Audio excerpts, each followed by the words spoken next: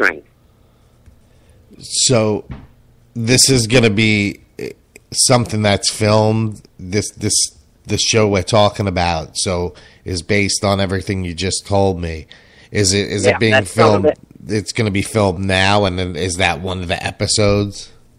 I guess the way it looks, there'll be episodes of 10 episodes I know of so far that it's going to be broken into, and then it goes on with my adventures at the Purple Dragons and how I became a Purple Dragon. Purple Dragon was a biker gang and I had to pass all these tests of manhood, where such tests as jumping water towers and swimming through these canals and a snake pit of poison snakes, things like that I did. I was taught well by some true masters, how to. It's worked for me many times. People try to sick dogs on me, and then dogs will turn around and chew up the masters. Now, this are you getting compensated properly for your input in this, and all your stories and whatnot? Yes, the deal's okay deal. I'm not becoming a millionaire on it, but they're taking a chance to try to put this show out. Right. And so after 10 episodes, which I haven't gotten any real money on it yet, just a little consultation money. But when these episodes come out, if hopefully after 10 episodes, people like The Adventures of Master Legend, then I believe there'll be a bigger and better deal after that. Is that the working name, or is that the official title? The Adventures of Master Legend. I believe that's probably going to be the official title. And no anticipated date yet. Like I said, is it in the process of being filmed, or is it being, going through the storyboard process right now? It's right now being put together. Where they're finding the right people and putting together. From last I heard, they're working on the pilot right now. Cool. So I guess we'll get more updates. So if people want to follow you on Facebook and whatnot, they can just go to your Facebook page. Like you said, they just got to Google you, and a million things are going to basically come up. What times and days do you do your radio show? Is it a set time, or do you just do it randomly? Is it something people have to follow on Facebook? It's random because I never know what's going to happen. Like today and all that, with the situations that I've faced and all. Right. I wouldn't set up no show myself. And so I try to have a show on the weekend, usually Sunday. Sunday's always a pretty calm day for me. I try to make that a calm day, and then because I've already went out Friday and Saturday night, and then Sunday a little later in the day, I'll have my co-host Wildcat with me, and we do our show, and we have special guests call in, and I have my special guest, normally, or if there's no special guest, and I give all the updates and talk about my views and strategies of how the people of the world can come together and fight the true evils of this world. I go into a lot of things. I've got episodes. Anyone can look at all the archives. They're going back for like 4 years now or more. How many episodes would you say you have up? Oh, I'm probably over 100. I haven't got the exact count. I can't remember, but I know it's over 100. I'm pretty sure. Oh, so you got a decent amount under your belt. Oh yeah. There's from the very beginnings where at that time there used to be people that used to call up, and they had a lot of people that try to call up and be prank callers and stuff. Oh, and of course. And they'd want to insult me and stuff. So I had this and Wildcat loves it and all, because I used to have this toilet bowl sound effect.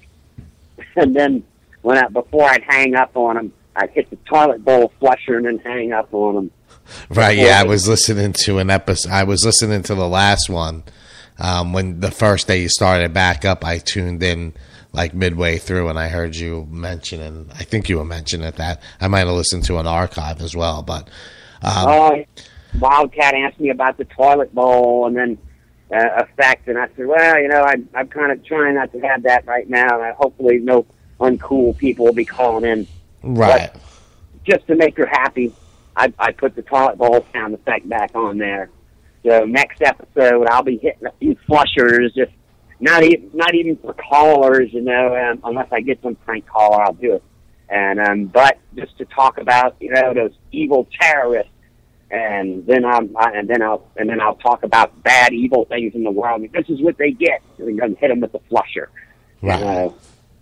So then I have other sound effects that I like to use, and I've had all types of sound effects I've used through the years. I try to have different. I was trying to have different sound effects for every time. There'd be something different, from laser beams, explosions, lightning bolts, wind sounds, and lights. Thunder, whatever. And then when a caller call in, one of the fellow superheroes, I have like the Shazam sound back from the old days, when you hear the lightning bolt crackling, and then I announce the person and then hit the button, and then it has a sound effect, to back them up, like if one of my friends calls, like Sentinel or Captain Ozone, and then of course okay, everybody, please welcome Captain Ozone, and then I hit the lightning bolt thing, and right, and then it sounds like a fun show. It depends on who it might be. I try to have a customized sound effect for who it might be. If they're like if they're more of a wind person, or like there's another guy, Steel Man, and so I would have this rolling sound of railroad tracks. Like a train barreling sound, and try to customize sounds that I can for people also. Right. No, I understand. It's always good to have, fun doing the show. But I don't want to keep you on too much longer, so I have one last question for you before I let you go, and then I'm going to go into some music and get to some of the rock metal news that I touch on. A couple of stories I got. But anyway, who is your favorite comic book superhero? Not a real life super one, but like Batman. That was always the Human Fly. And why is that? Well, if you check it out on, you can just Google the Marvel's Human Fly. He was probably one of the first real life superheroes for real. They have pictures of him back in his costume that he used to wear, and he did motorcycle stunts. He did all kinds of stunts, and he raised money for charity. And he was a good guy, a real good guy. And he was the first real life superhero that a real comic book was made after. So, in a sense, is he's a role model to you in that sense? Then I would say. Oh yeah, yes. Because when like I say, when I was dug in that garbage can when I was a young kid and found them comic books, and then I was turning through the pages. Of course, I'd seen Batman, the Spider-Man, Captain America, and all. But then I opened up that comic book and seen a picture of a real person. It was a real, actual person, and then I knew. I said, this can be real. This can be true. And so I don't know why the series didn't last too long, but I've got all the episodes, double issues. I've got 2 of every one of them. And the Human Fly, he did stunts and all types, and he used to fight bad guys and stuff too in the comics and all. He'd always be running into somebody trying to hurt the crippled kids or whatever, the people he's fighting for. And he would be going up against all types of real crooks of the world. Not all these super villains, but real crooks of the world. And that's what made it even more realistic, because he wasn't fighting always somebody that's some super-powered creature from outer space. Right. He was fighting some real crooks, people that want to sabotage an airplane and blow people up, people that saving some young little kids and all from some type of enemy that wants to hurt them. He was that kind of guy, more realistic, and that's why I always like him the best. Right. That's what year was that put out? Oh, back in the 70s. Is there any modern day guy that you take a liking to? Well, I got the old favorites like Spider-Man and Captain America. Have always been my other favorites. That's awesome. Do you do like any Comic-Cons and stuff like that? Do you get invited to stuff like that? Nobody ever invites me, and I really don't even go to them. Actually, I've been to a few many years ago and found it only to be a place where people are just out there to sell a bunch of stuff. Right. This is true. And capitalize.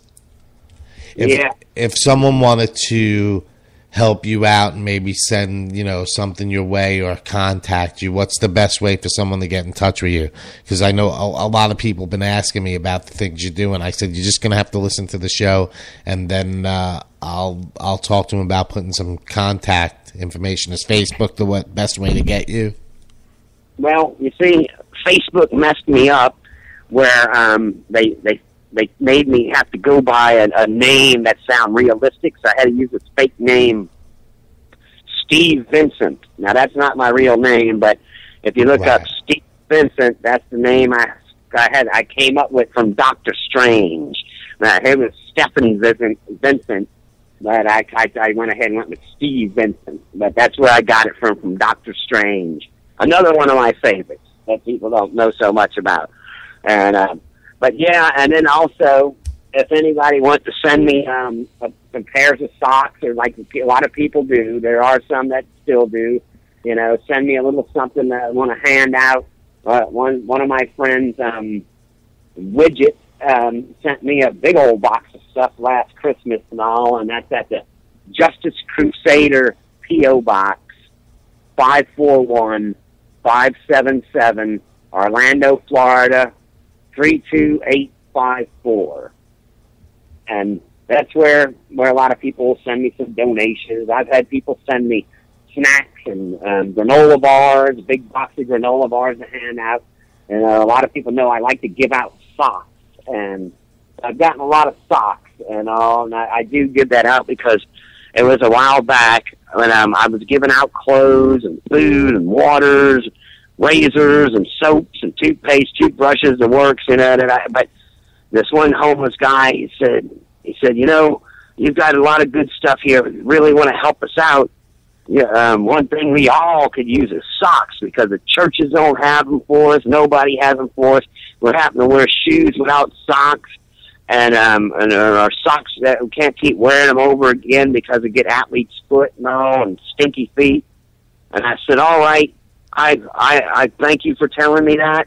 For now on, I will give out socks, and so ever since then, that was over, probably 12 years ago when that happened. And I've done these sock missions. I do them all the time. I'm always handing out socks, but sometimes I do a sock mission where it's just like plenty of socks. I've got hundreds of socks, and I go downtown and I go by the homeless shelters and just give them on out along with other clothes and everything. But I called it the sock mission, even though I give out whatever else I can come up with too. Right. Yeah, of course. 'Cause that's what you do. Antibiotic ointment and Band-Aids, stuff like that. A while back, there was staph infection. It had gotten pretty rampant amongst all the homeless people downtown. That staph infection is very catchy, and then a lot of it was going because people didn't have socks. They didn't have the athlete's foot medicine. There's an athlete's foot medicine that people can buy. It's very cheap, $1 a tube, It's at these Dollar Trees, and I don't know if